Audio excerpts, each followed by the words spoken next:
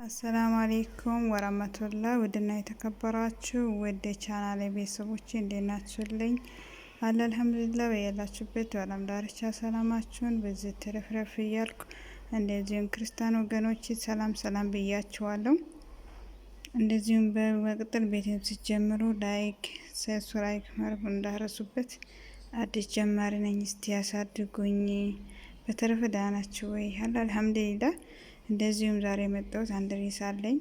እሱም ትላንትና ማታ ቡዜና አብረሽ ወደ ሩታ ሄዶ ነበሩ። ያ የሄዱትን ጉዳይ ያኖ የሷና የዳኒን ስልክ እነሱ አብራም ወስዶ ነበሩና ፋይሉን ሊያጠፉ ያንን ለመመለስ በዛም አንዳንድ ነገሮችን ቡዜ ልታወራ ነበረ የመጣችው እና እዚህ ጋር አንዳንድ ጊዜ ትዳር ማለት አንቺ እንደዚህ ሮታ እንደዚህ አርገሽ አይደለም ትዳሩን የምትመልሽበት እልህ ላይ ገብተሽ እሱ የሚያደርገውን ድርጊት እኔም ላደርገው ብለሽ በእንደዚህ አይነት ነገር መልሳለሁ ብለሽ ከሆነ ትዳር በፍቅር በመተሳሰብ እንጂ በመዋደድ እንጂ በእልህ እኔ ይሄን ነገር አደርጋለሁ ብለሹ አይሆንበትም።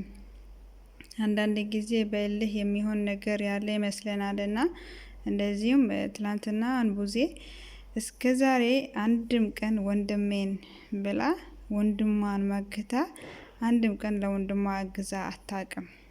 እንኳን ታስሮ ራሱ እንኳንም ታሰራ ነው ያለችው። ለምን ሴት ልጅ ናት፣ ተጎድታለች፣ እሱ ጎድቷታል ብላ ሁሌም ወደሷ ነበረ የምታግዛት የምታመዝናት። ትላንትና ላይ ግን ሄዳ ስታወራ ሩታ ስትመልስ የነበረው መልስ ትክክል አይደለም እዚህ ጋር እና የሆነ ያለ ተንጠራርታ እጇን በቃ ሱሪ ኪስ ላይ ከታ ምን ብላ በቃ የሚሆነው ያለ አይደል። አንዳንድ ጊዜ እንደዚህ አይነት ነገር ቤተሰብ ያሰደባል።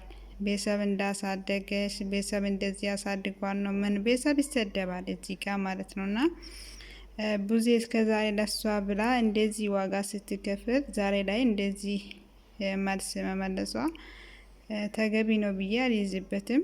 በሁለተኛ ደግሞ ከትላንት ወደ አብርሃም ራሱ አውርቷታል። እንግዲህ እኔን አዋርዳለሁ ብለሽ ራስሽን ነው ያዋረድሽው ብሏታል። እሷ የገዛ ባሏን ትላንትና አብራ ያሳለፈችው የልጇን አባት እንደዚሁም ብዙ ነገር አብሮ ክፉንም ደጉንም ያሳልፏት ባሏን ለዚህ ለዳኒ ራሱ አሳልፋ መስጠት ይሄን ነገር ማድረግ አልነበረባትም። እና አንዳንድ ጊዜ አውቀንም ይሁን ሳናቀው የምናጥፋቸው ነገሮች በህይወታችን ብዙ ነገር አለ፣ ነገ ላይ የሚጸጽተን ነገር። ይሄ የባሏ ገበና ማለት የሷ ገበና ነው፣ የሷ ገበና ማለት የሱ ገበና ነው። መሸፈን ነበረባት። እሷ ጋር ይዛ ከሆነም ሌላ ሰው ላይ ማሳልፋ መስጠትም አልነበረበትም። ድሮ አለ አይደል እቃ ልጆች ሲጫወቱ የሚያደርጉትን ነገር እና ዛሬ ላይ ይሄን ነገር ከትልቅ ሰው የማይጠበቅ ከአንድ ትልቅ ሰው ከተማረ ሰው የማይጠበቅ ነገር ነው ያደረገችው። እኔ እዚህ ጋር ያረኩት ትክክል ነው ብላ መልስ ስትመልሳት ነበረ ቡዜ። እና አንዳንድ ጊዜ ሰዎች አንቺም ያደረግሽው ለራስሽ እውነት ሆኖ ሊሆን ይችላልና ለሰው ግን እውነታ ይሄ አይደለም። አንቺ ጥፋት ነው ያጠፋሽው።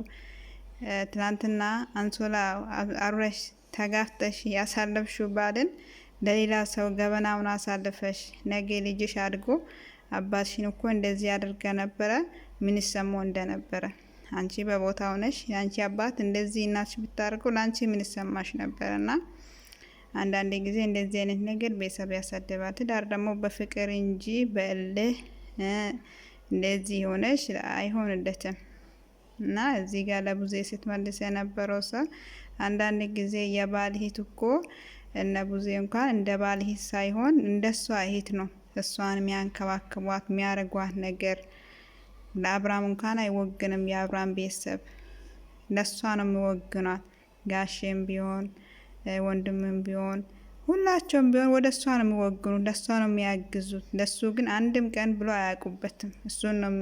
እሷ በኩል ነው እንትን የሚሆኑትና ግን አንዳንድ ጊዜ ለነገ ትውልድ መጥፎ ነገር የሚያስተምረው ነገር ሚዲያ ላይ ባይለቀቅ። አሁን እሷ ትናንትና ይሄን ነገር ትክክል ነው እኔም ያረኩት ትክክል ነው ምናምን ስትል ነበረ። ትክክል አይደለም። ከአንድ ህፃን ልጅ ራሱ የማይጠበቅ ነገር ነው ያደረገችው። ቡዜ እስከዛሬ ለሷ ጎን ላይ ሆና ስትመልስ የነበረው መልስም ትክክል አይደለም።